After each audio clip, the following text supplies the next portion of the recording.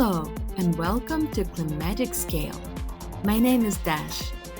Industries at the heart of our economy need to change to stay competitive, and we need them to change for the planet to thrive. In Klimatic Scale podcast, we focus on examples of what actually works. In this Venture Tools chapter, we unpack the most effective ways how corporates can work with startups. Our guest today is Erik Wirsing, former Vice President, Global Innovation, Logistics Executive, and Advisor. He's an avid practitioner of the most efficient corporate venturing tools, including venture clienting. Hello, Erik. Great to have you today. Good morning, Dash. Great to be here and great to be a part of your podcast here. Can you maybe tell a little bit about yourself? My background, and even family-wise, is on logistics because my grandfather, he founded in 1935 already a logistics company, a small trucking company with one truck, and later on then two trucks. My father took it over in 1991. I grew up with trucks, with dispatching, with working on trucks and machines. So that was my, let's say, my normal business. And then when I entered my business professional life, I also, let's say, fall in love directly with logistics as well. Were you also playing with trucks when you were a small kid? Of course. And of course, the Lego was one of my most perfect one. And my trucks started already when I was a child to fly. So building a truck with some wings, whatever. So all this crazy stuff, what is maybe now up to date. And now flying cars are coming back. Heavy lifted cargo drones are somehow out there. So new technology is always there. Also, toy trucks are self-driving trucks, right? In a way. Absolutely. So self-driving trucks is a big story and big topic. Of course, we are talking about this technology already since centuries, but now it's really coming and maybe even faster than we all expected. Because if you would have asked me, let's say 5 years ago, I would have told you that maybe we are expecting autonomous trucks in the year 32, 33. Nowadays, I would change my mind and would predict that we are starting to have the first autonomous trucks on official public road, maybe in 27, 28. Wow. So I was not that far I away. was a bit afraid you'll say next year. Technology-wise, I would say next year would be feasible. But of course, you have to set up a business model. You have to find the right routes. You have to find the right companies, the right suppliers. So therefore, that will take a little bit of time. Technology-wise, it's there. Even legal-wise, and that's something that most of the people don't know.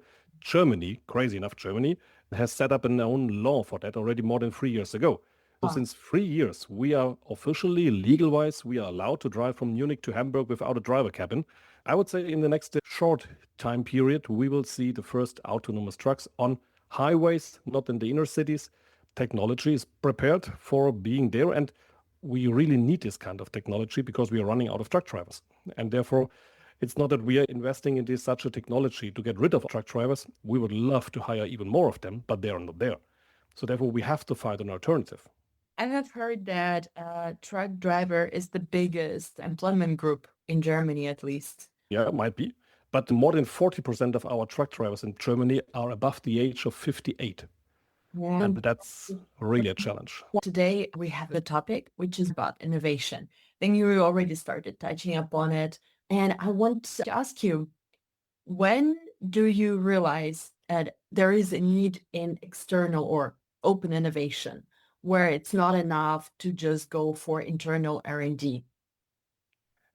I think it's a combination of different things. One topic is that you have to be aware about trends and new technologies that are on the market, maybe screening also the internet, what's going on there. There are some fantastic, easy tools that you can really have an eye on the internet, what is published, what kind of new R&D developments, and maybe even the indication of R&D funding from some governments. But of course, internally, we are doing this on the frequent base, on the annual base, conducting internal people, your customers, your supplier, and maybe even open questionnaires on LinkedIn, for example, to really get the feedback, what kind of technologies are today are important, maybe next year are important, maybe in the next 5 to 10 years are important. And then you really see a development of technologies, priorities. For example, sustainability is a big one already mentioned from our customers 10, 15 years ago as one of the important things that as a logistics company have to take care on and have to care. This year in 25, I would say, sustainability, for example, is still important for them, but it's not in the top 3.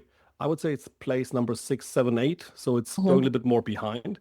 What is very sad, to be honest, because I think it's so important. We really have to take that seriously. And we have to push this topic as much as possible. And it will come back because there's no alternative. We logistics people working always in networks. And when you identified that's a trend, that's a technology, then getting feedback from left and right, from your suppliers, partners, whatever, and then really try to match it with your company's trend. You see, okay, are we able to work on this topic by ourselves, or who do we need? In the first step, we are a logistics company. We're not a tech company. So therefore, for all the tech stuff that is out there, we need somehow partners and trustful partners. And that is then something where you say, now it's the moment to really incorporate and start some joint initiatives. Maybe you can make an example of a trend that you have identified recently on the past 2 years or so. Maybe then, because we mentioned already, this autonomous driving, this was a trend. So let's say 10 years ago, that was a trend. The first companies prepared for that. Then we saw, okay, some of the OEMs started to investigate into this topic. And we contacted our suppliers, so the Daimlers, the trucks, the Volvos, all these suppliers of the big trucks. What is your strategy on that? How do you dealing with that? And what is your timeline behind that? So what is then really, then we started to observe even the legal setup. So what will be available when and where, because not all the countries are similar. So therefore, you have also different priorities in different countries and different legal setups. And then, of course, we align that with our operational business circumstances. So contacting really experts who are dealing with the trucks, with the dispatching, with the loading, with the unloading, with the yard management. So all the nitty-gritty operational tasks. What will be different if autonomous driving will be there in 10 years? Autonomous trucks will be everywhere. Then, of course, without a driver cabin, the truck looks differently. The loading is differently. The unloading is differently. The dispatching is everything. I expect, by the way, that all autonomous trucks will be electric. So there will be no one with a normal fuel. So therefore, there are lots of changes. And that's, I think, somehow that you investigate with the right people from your operations into a kind of, and we call it vision workshop, what will be there in 10 years, drill it back to today. Because if we really align, that's the picture, then what do we have to do in 2 years, 5 years, 7 years, 10 years to really fulfill? And always on the way, checking if the picture in 10 years is still valid. Because, of course, things could differ. No one has a crystal ball to know exactly what will be there. But the uncertainty is going down over the years. It's the same with automatization. It's the same with AI influences, and all the crazy technologies and buzzwords you have ever heard about have an impact on logistics. And that's the cool thing. We are always impacted, and we always have to deal with all of it. So far, what I have heard, when you identify a trend that is really core to your business, then start talking to other players, then you talk to your own operations. How then do you decide whether to build a specific technology in a partnership or yourself, or buy it? How this decision-making process is happening? Yeah, so we always start from the more or less from the top. So trying to convince as high as possible board members, managing directors, people who are in charge for a certain budget, operations, getting the alignment. Really, that's a topic that we have to take care on. Then we are setting up a kind of a program structure. Program means that's somehow the umbrella of a technology initiative trend. And under this program, then you have several projects to test something. And then also you have to fulfill is having an eye on the market, what's going on, legal-wise, political-wise, technology-wise, startup environment, R&D funding.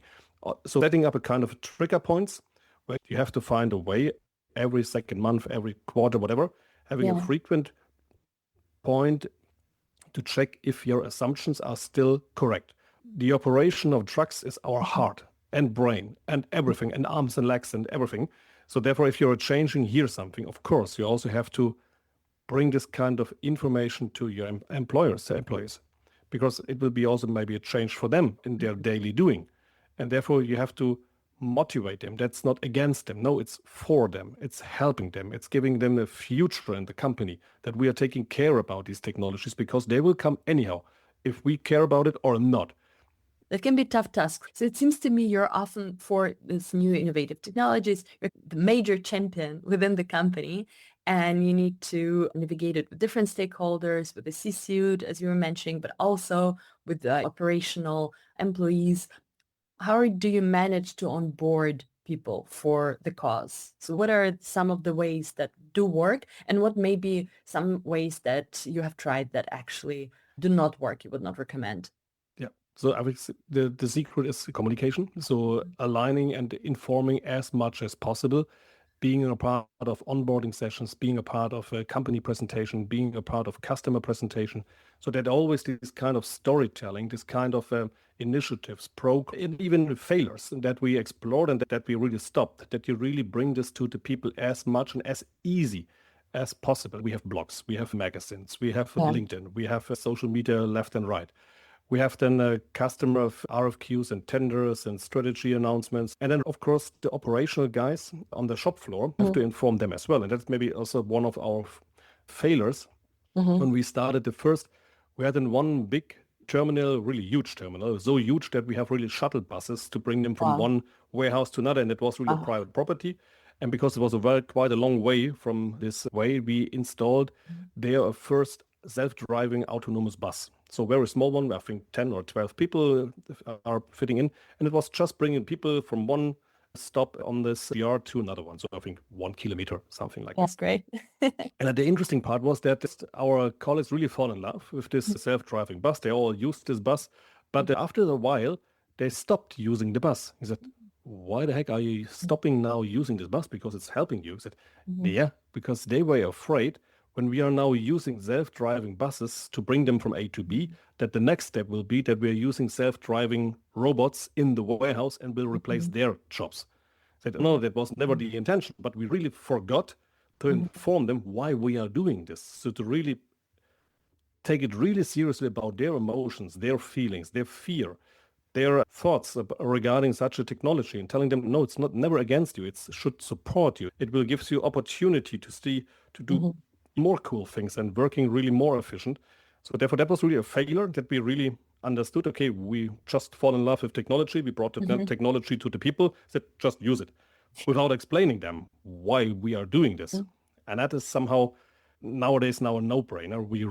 You always have to sit together with the working council, with the employees, telling them the story behind what are the next steps. Is this the pilot? Is this something for starting for scaling? Will it be the area? What might be the next steps? And of course, telling them we don't know. So we also don't know what might be the next steps. We are testing this. And if that is a success, then maybe this might be an option for plan B and C. And how would you react on this? How would you love to work on this, to deal with this technology? And that is something quite important. Of course, for some people, it's already then too much communication. But I'm telling, you have to filter by yourself. Filter is sometimes easier than having a lack of information. And that is then always an even bigger challenge when people feel uninformed or uncertain why this thing is there and why should we do that. So really spending some more time in the beginning to really explain what might be the outcome and really taking their feelings and emotions really seriously. I have a next question to you, still regarding the decision-making around different methods you're using, for example, venture clienting, other ways of corporate venturing. So what is the toolbox? There's a cool startup. We finding out that they're knocking on our door, or we found them via scouting. So that's a cool one. Then venture clienting always means that we are becoming the customer. And the interesting part is, and always for a huge corporate, is this startup scalable? Because a startup is fantastic and the pilot is awesome and always makes a great fun and great communication. But then you said, okay, now it's fantastic. Now let's scale it into 100 countries. Then they started to, that's a little bit, it's a tricky one. Maybe you have to help us. And maybe then it could be the other one could be then, okay, then maybe they need money, they need investment. So therefore it's always good to have then the CVC. But CVC is then always linked because they are scouting for interesting financial investments, what might be an interesting startup to invest in. And maybe they find something that's not interesting for investing, but maybe interesting for using it as a service, then they play it to us.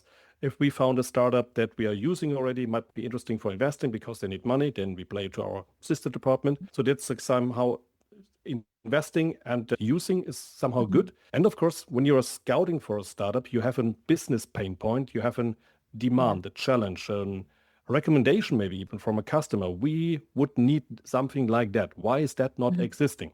Then we bring it to a venture building with the right experts from intern or extern, and then we really building own small startup. That's then venture building.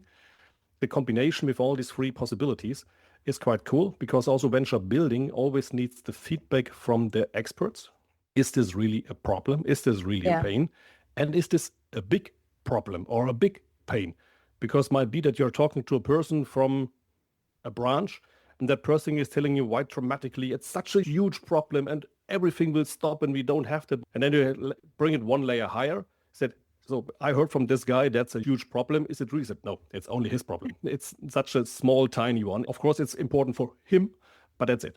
Of course, there's no chance that you only pick the winners. So sometimes you're investing into something, you're testing something or building up something that will never fly in the end, but you never know before. Is there a high potential? Bring it then to the right people, getting directly feedback on the way from the experts, from the market, from the customers. And if there's not a good feedback, then stop it. And we as German people, we are not good in stopping something. We always do it as long as possible because we always believe it will come back. And that is something what we really have to maybe even learn from the Americans or from the Chinese. They are even better in stopping things. There are often this comparison between corporate venturing in general in US and in Europe. And often one of the examples is that in Europe, it takes a bit longer to actually with a venture or decide on doing the venture building. And in US, it's a bit faster, but that's interesting observation. Also, they're faster to stop things too, kind of fail fast mentality maybe. Can you maybe share other observations on these differences? Yeah, I think maybe it's somehow cliche thinking, but we explored it already a lot because in America it's quite cool when you fail with a startup and you fail with a business idea. In Germany, you're getting a lot of shame and misunderstanding, and you will never be then a leader in another company because you have done a failure.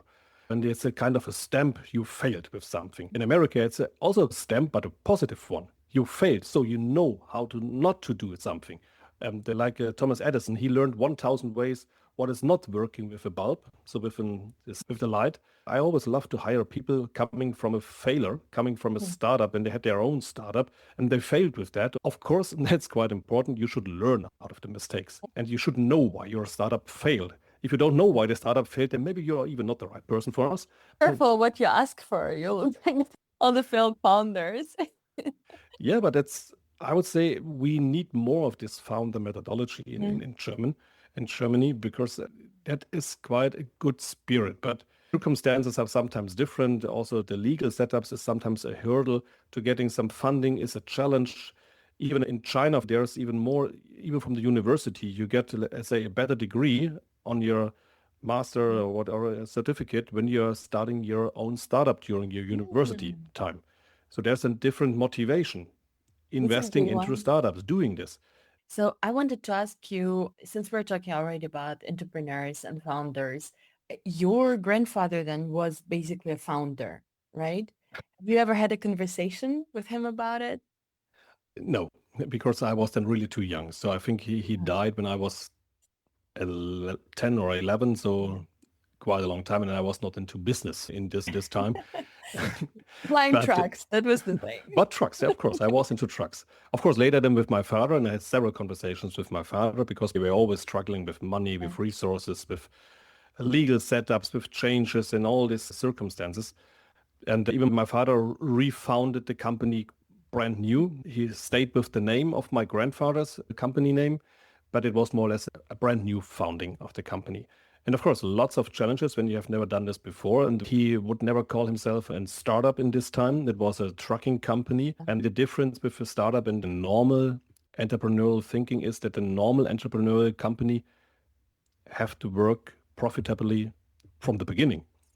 And you have to have your right customers, the right suppliers, the right setup, the right technologies, everything in place. Of course, you're going to a bank and getting for some disposals, and then you have some money to pay back, but it's not that you're having investors. And sometimes investors are also somehow mentors and people who are guiding you and helping you. So my grandfather and my father would never call themselves a startup, but an entrepreneurial thinking, and it's really setting up a company. I also get to know many startups over the last 20 years, I would say. Some of them were just keen to get as much money from some investors as possible, and then going out of the startup, said, fantastic, I got my money and now I'm out and closing the business. And that's something, it changed. I would say in the last 2 years, there was a big change. Many startups struggled, and many of them are now not there any longer. So I think the startups who are still there, they really know the business. They have a good business model. They have the right founders, and that's always one of the most crucial part, having the right people on board. Because even if you have a fantastic business or a fantastic technology or idea in mind for a business model, if you're then hiring the wrong people, you will not succeed. Having the right connections, having the right mentors, having the right R&D backing, having the right lawyers behind you, and maybe even people who have already some experience with startups and with all the difficulties to really run such a business. Since we're talking venture clienting, venture building, as an innovation leader, you go, okay, is it something core to our business? Should we even try to build it ourselves? Or we just go and find a venture or a supplier that can offer it to us. And then when you cannot find a supplier, then you might also again go to venture building because there's a market need and you even have some other corporate partners who also have the same need. So this is called the trickle down, and it is opposite to the approach of solution first that still some companies go for. Basically, they see an interesting solution and they're trying to implement it, which often leads to not having a real budget or need to meet that sparkly solution. So would you also agree that there's this innovation trickle down happening? This is more or less how are you doing it?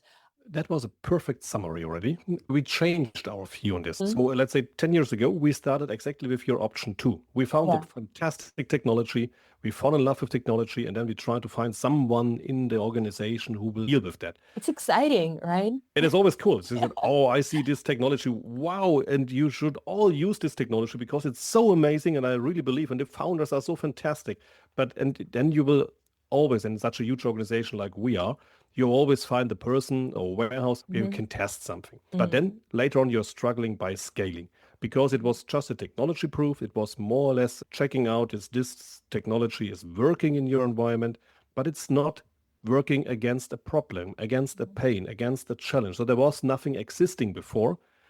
And so that was more, we call it, that's a push principle. So we pushing something within the organization. And the other way around is exactly like you said with your first explanation, this trickle down. I like this wording. I never heard it before, trickle down. This is a kind of a pull principle. So we always trying to understand first what is driving you crazy. What is your pain? Where are you spending too much resources? Where are you running out of resources?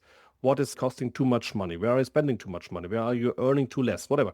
Really understanding the pain, the problem, the demand, the challenge.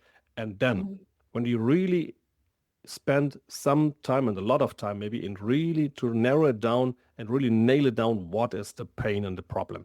Then you're starting to scout.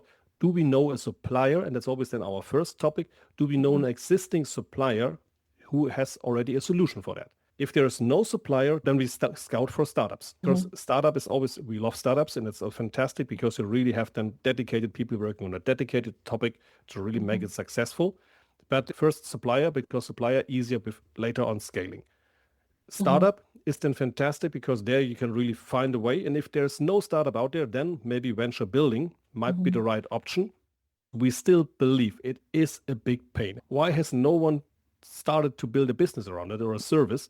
Then it might be exactly the right option to bring it to venture building capabilities and colleagues that they are really building it up. And that's then really changing from push to pull.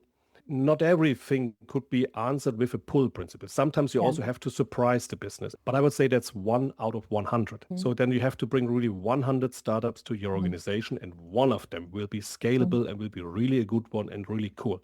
There are these 1% of really fantastic technology that's fitting now, today, in your operations to be really implemented and scaled. There's so many interesting solutions out there, and that one of the main challenges is to actually scale them. Let's say in venture clienting, you meet startup and they do have something fitting, but how do you make the decision whether they're able to scale within your organization? And do you make this decision straight away, already after the first pilot? From the theory, you always say, let's say, you're getting your buy-in from a person or a group of people as high as possible within your organization. We call it innovation board. And there are different participants in this board, but sometimes always then also board members who really have the power then to execute things to the bottom, that we really have then the right people there. So first is always scouting for the right startups. Then you have maybe a long list of 10, 15 startups. Then you going with your business experts, with your operational view, narrow it down to maybe 2 or 3 of them, inviting them to set up a pilot, exploring together with them what might be your setup for a pilot, and then out of them you're starting them really in one. And so you're really setting up from the beginning clear KPIs that have to be fulfilled after the pilot. And if they are fulfilled, then you have the backing then from the innovation board that will be scaled. And then with the operational guys who have been always a part of the whole process, because they have had their eye on the long list, on the short list, evaluating about what might be the right for the pilot. We are deciding together with them, where do we test, how long do we test, what should be the outcome. Then if the KPIs are fulfilled, then directly setting up a rollout plan, what might be then or first procurement, of course, always involve procurement, and even then the legal setup, that all the legal setups are fine, but then setting up really then the rollout plan for implementing this. Oh, that's a theory. Practically, you're always struggling after the pilot. So now how to really bring it to the operations. And then the startup is struggling with bringing this to 100 countries or even to 10 countries. And that is then always a small thing where we sometimes have to go a step back, maybe saying the KPIs are not fulfilled. So we had the target of 80%. Now we achieved 60%. So there's a gap of 20%. Is there a possibility to change something in your solution? And so that we're really having a second loop, a third loop. And if we are still believe the startup will make it, then we're investing into this. But sometimes startups has to say, no, that's not possible. With the circumstance, and it's mostly not the failure of the startup. It's mostly the failure of the corporate, because our circumstances are too complicated, too many IT issues, too many. So because we have not a greenfield, and startups always loves greenfields, because then they can really start from the scratch, building something really cool. But in the end, you have to convince operations is the first step, the board, to really make it happen and to really have a guidance. Our board member has said we should do it, so don't complain. He told us we have to do this. That is one part, and that always helps. If you are involving the working council after a successful pilot and telling them, so we want to roll out, is it the workers? We don't know this. What are you doing there? That might be a big issue. Even bring the right people from the beginning, involving them, communicating to them. That is also something where we have a stakeholder analysis in the beginning of a pilot. Who has to be involved? Who has to be informed? Who, as let's say, is for this project? Who's against this project? Having a kind of a stakeholder map, and then also getting a clear understanding how to inform them. Someone on a weekly base, some on a monthly base. Some wants to have only a small email to just get an update. Some needs a physical meeting to really inform them, to getting aware about all their questions and thoughts. So different handling. And if you believe then that only a one report in a month, spreading that out will be enough, then you will fail, because people are different. But what about the money? So what many startup founders notice that after the pilot, that there seems to be like a change in the budget source, and that sometimes also hinders this next scalability steps, especially if new, let's say, bigger suppliers need to be involved on the startup side to deliver for the scalability. How are budgets set up for this scaling stage? That's always a challenge, even if you're a big corporate, and maybe it might be even more a challenge, because if you're a small, medium company and you have an owner and this person says thumbs up, then we go for it. In the corporate, maybe the money would be there, but to get this money for exactly this initiative and project is somehow tricky. Of course, for the pilot, sometimes different than maybe an innovation department or has some money to test and to find out, to really bring the uncertainty of the solution really down. In the end, the business should be responsible for the impact, and they are getting the impact, they are getting the value out of that, so therefore they also have to pay for it. The most important thing for a startup is to make the business case as individual as possible. Dear startup, you have to show us that with our circumstances, you understood exactly what is driving us, and that your solution will be an effect, a positive effect. And maybe in the best case, so where's the break even? So if the break even is after 5 years, then is it might be too long. So it depends. But for autonomous driving, might be longer. New scanner at the warehouse, then you should have it directly by tomorrow. Then it's more a procurement topic. Then you're just buying something or not.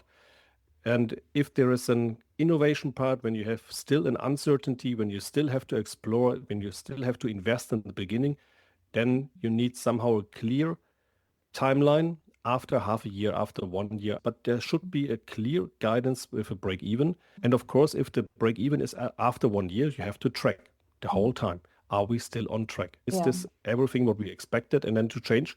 And then again, what we are not good at as German people is to stop. Even when we go for it, when we say, now let's roll out, that's the rollout plan, the next 5 terminals in the next year. If we explore after the next terminal, something happened and it will not succeed, then we also have to be honest to ourselves that startup has to change, technology has to change, we have to change. And if this all is not possible, then stop it now and they're looking for an alternative. We're always setting up a budget on an annual base. So therefore, it's always easier to test in 1 year and rolling out in the other year and having the outcome of the pilot before the budget planning starts. But it's more an operational topic because otherwise, if it's not in the budget, you have a challenge. Because then in the year, there is no budget available. And then you always have to think about where to get the money from. But I also heard from some other companies that they are always setting, let's say, 10 innovation projects per year. Every innovation project has a sum, so a number of money. And that because you never know what might be then the next one. And in the year, that now we have 10 innovation projects and that's our budget. Now I found a new scanner. Now that's innovation project free. So using the budget from innovation project free. So then you have it already in the budget. There is something in your books. And then you're working against that because it's always easier in the end of the year that I have not used the budget than asking for additional budget. One last question about the business case motivation. Is it more often the business case is led by cost savings or by new revenues generated or some mix of it? Of course, there are new demands from the customer side and you always have to think about it. It's to keep the customer. Some contracts we have to bring every year 2, 3, 5, 10% of additional optimizations. So then you really have to bring new things there. Otherwise, you would lose the customer. And of course, it's about new revenue. That's more than business modeling, new services, new products. That's new revenue. Or reducing the efforts and resources that you're spending in-house will have, let's say, a bigger value out of 100 euro that you're earning. So that your margin is getting really better. So getting away, and that's then always this internal optimization, reducing the manual task, reducing the paper task, getting more transparency, getting more flexibility, agility. And that is something that from the last years, the most topics that we have worked on are internal optimizations. We're also sitting together. What is driving you? What is driving us? And then we are starting corporations together, mostly for their dedicated business, but sometimes also using this feedback then also for services for other customers. For example, CO2 consumptions optimization, that is something what started with some internal topics, and we brought it to the first customers, and now it's really getting a bigger one for all of them.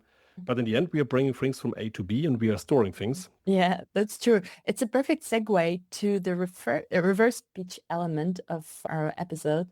Can you maybe share a bit about what are the challenges you want to shout from the hill about to potential startups and tech experts that, the solutions are needed in those spheres? I think there are many, and everything that's changing, logistics, supply chain management in the future, that is interesting for us because we are doing land business, air ocean business, contract logistic, so parcel business, less truckload, full truckload, ocean container. So everything that's changing logistics is interesting and important for us.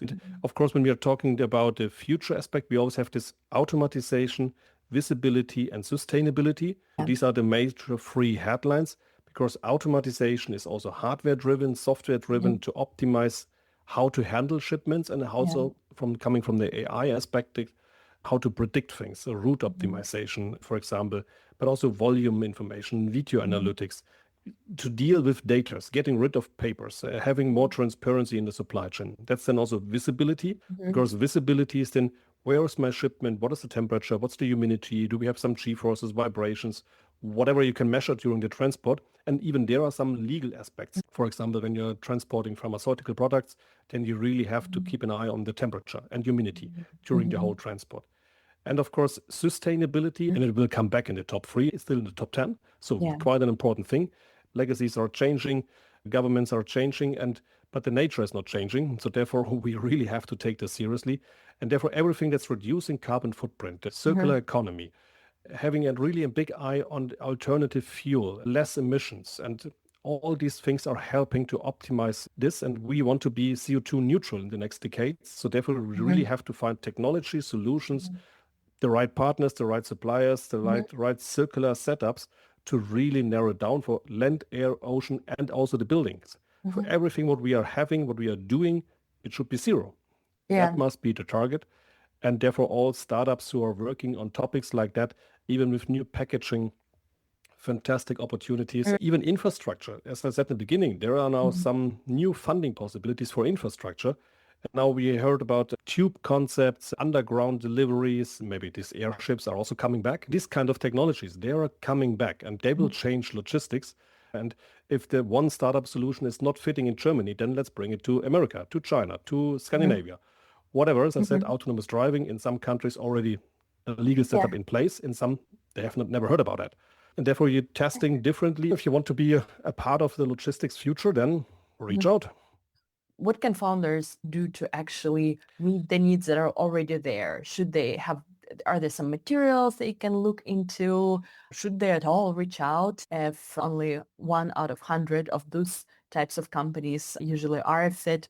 They should not believe that one fits all. So I think to make it as individual as possible, so really trying to understand what is the company doing. When the startup is reaching out to me and want to sell me some rail business, he said, yeah, we are not rail. We are doing land, air, ocean, and contract logistics, not rail. So please prepare before your first conversation. That is one, even when you're going for a job interview, it should be prepared for who's sitting on the other side. But of course, it always starts with the use case. So use case should be a feasible situation, a feasible circumstance. What kind of pains are you solving with your solution? I'm always asking the startup, why are you existing? So what was your initial thought? What was your initial problem? And when they are coming, yeah, I worked for a logistics company. I worked for a company dealing with whatever. And then I saw this problem and no one was having a solution. I said, oh, that's fantastic. If you really solved a problem, a pain, a challenge, first step, use case. The second one is then the business case. So what is then really needed to bring your solution into operations and to have an ROI, so return of invest, and how long do you expecting this? So of course, they don't know us in the beginning, but then they should tell me or ask me for the right questions. What do they need from my side to have a calculation with their circumstances, with their technology to calculate what is the business case? If they're able to do this, then fantastic. Then let's go for it. My last question to you is, are there any success cases that you would like to share? Any success stories or just examples of startups with whom you worked and it went well? I've implemented around 55 startups already into operations, some of them smaller, some of them bigger, some bro gloves, that's some scanners for your hand, volume scanners, that is one of the biggest ones. So really driving with the forklift during a gate and then getting the right volume of the shipment there. That's fantastic, because even when you think about how to bring the shipments into the truck, then later on it's like a 3D Tetris for adults. Of course, there are startups who are having a certain time. For example, there was one Canadian startup, Avatur. That was something where we used the VR glasses during Corona. No one was allowed to travel, no one was allowed to meeting people, but we have to check our operations. And then we found in this Canadian startup, Avatur, and with that you're taking a kind of a VR glasses, and someone, for example, is standing in Toronto with a kind of a selfie stick and a 360 camera, and then you have the feeling that you're with the VR glass that you are standing in Toronto in the warehouse next to this person. Wow. And you can really look around, up and down, left and right. And if the person in Toronto is also wearing a VR glass, then he sees an avatar standing next to him. Maybe it looks exactly like Erik. So that's my avatar, and standing in Canada, in Toronto, in the warehouse. Some sci-fi stuff. 10 people from 10 different countries. We all met in Toronto in the warehouse, but no one has to fly and spending time for traveling. And CO2 neutral, but that was really cool when we implemented it directly in more than 20 countries then, always having a kind of a small kit, so an installation kit with this selfie stick and camera and VR glasses, that's it. Even customer presentations, they really fall in love with that, because we are not allowed to travel during Corona. And even after Corona, it's still reducing your carbon footprint, because traveling for 2 hours to Toronto or 2-hour meeting, that's a long flight. Yeah, that's great. That was really a good one. These are great examples. Thank you so much. I wish you a wonderful rest of the day. The same for you. On a side note, I would like to add that this podcast was recorded a bit earlier, last summer, and currently Erik is not working for the Schenker anymore. He is looking for new adventures in corporate venturing. Thank you for listening. Subscribe to our podcast on Spotify or Apple Podcasts. We're everywhere. See you next time.